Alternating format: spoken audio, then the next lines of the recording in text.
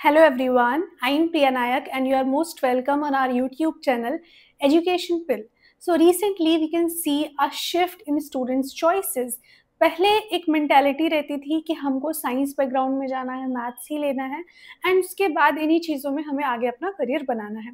But अभी हम देख सकते हैं कि बहुत सारे स्टूडेंट्स ऐसे भी हैं जो साइंस एंड मैथ्स बैकग्राउंड के बाद आगे चलकर लिटरेचर की तरफ शिफ्ट हो रहे हैं।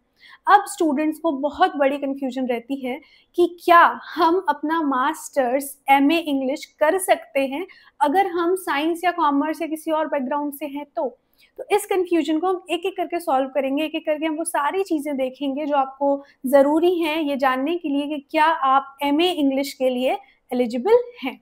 ठीक है, so yes, one can pursue an MA in English even with a background in science and commerce provided they meet certain conditions। तो वो सारी हम conditions देख लेंगे। सबसे पहले आपको चाहिए होगा bachelors degree in any stream, like आपको कोई ना कोई जो आपका एक कोर्सेज करते हैं 3 years वाले, BA, BSc, BCom, BTech etcetera, ये हो सकता है 3-4 कोई भी ईयर्स हो, बट आपकी ग्रेजुएशन ऑफिशियली कंप्लीट होनी चाहिए। ठीक है, सेकेंड थिंग, मिनिमम मार्क्स जो आपके होने चाहिए वो 50 से 60% तक होने चाहिए आपकी यूजी में। तो अगर आप पीजी के लिए अप्लाई करना चाहते हैं इन इंग्लिश और इन एनी सब्जेक्ट तो आपको मेक श्योर करना होगा कि आपके अंडर ग्रेजुएट प्रोग्राम में 50 से 60% के बीच में आए हैं।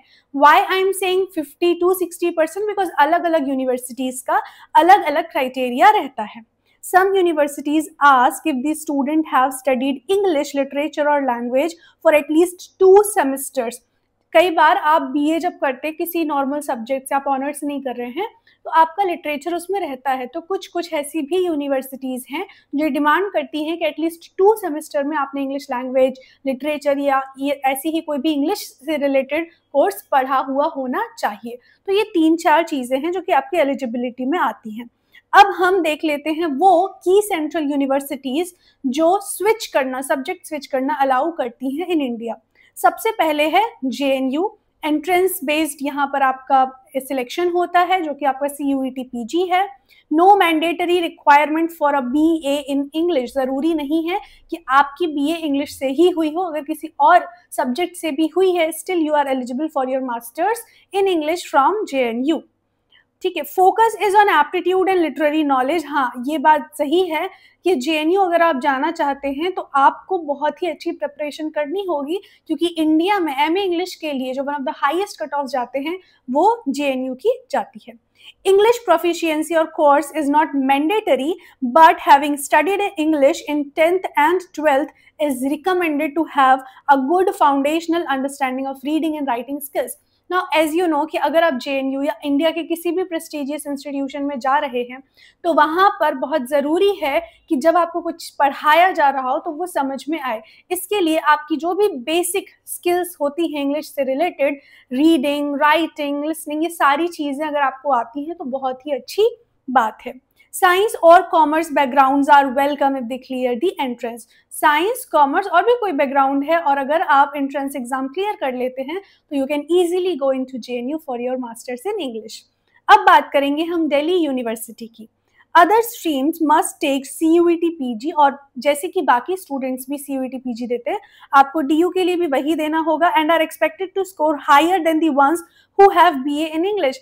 तो अगर आप सच में क्वालिफाई करना चाहते हैं, क्योंकि DU का कट ऑफ ज़्यादा ही जाएगा लाइक JNU, तो आपको बिल्कुल अच्छे से पढ़ना होगा and then you are welcome. ठीक है, तब आप आराम से वहाँ पर जा सकते हैं।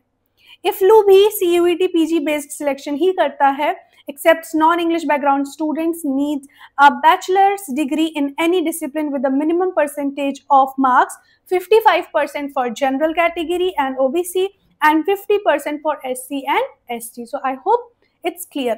BHU की अगर हम बात करें तो BHU भी CUET PG बेस्ड आपको एडमिशंस देते हैं and it allows non-arts stream graduates as well। Central university of Hyderabad, Pondicherry university, Jamia Millia, ये सभी ऐसे कुछ यूनिवर्सिटीज़ हैं which accept graduates from any discipline provided entrance exam is clear। तो अगर आप एंट्रेंस एग्जाम क्लियर कर लेते हैं तो आप आसानी से यहाँ पर पढ़ने के लिए जा सकते हैं। नाउ व्हाट इफ अगर कोई ऐसा स्टूडेंट है जिसने यूजी में इंग्लिश नहीं पढ़ी है, तो क्या करें? So many universities actually allow students from any UG background, ठीक है, they don't need a BA in English, और अगर आप अच्छा स्कोर करते हैं तो आपको एडमिशन मिल जाएगा। जैसे कि अभी हमने JNU, BHU, IFLU, DU ये सारी तो देखी ही, बट मान लीजिए आपको यहाँ जाने नहीं मिल रहा है और आपकी नॉर्मल यूनिवर्सिटीज अलाउ नहीं कर रही हैं, तो भी बहुत सारी ऐसी चीजें हैं जो आप कर सकते हैं, ठीक है। तो अगर आप CUET PG में और अदर एंट्रेंस बेस्ड जो यूनिवर्सिटीज हैं जहाँ पर एंट्रेंस बेस्ड सिलेक्शन मिलता है, अगर आप उनमें भी अच्छा स्कोर करते हैं तब भी आप आसानी से कर सकते। तो ये बहुत बहुत बहुत बड़ा डाउट हमेशा से मुझे देखने को मिलता है among students. So I would just like to confirm that if you study well, if you prepare well, then you can actually get into your master's program for English without any English literature background. ठीक है, I hope आपको clear हो गया होगा। कोई भी और doubt है, so you can just let me know in the comment section below. Thank you, wish you all the very best for your results.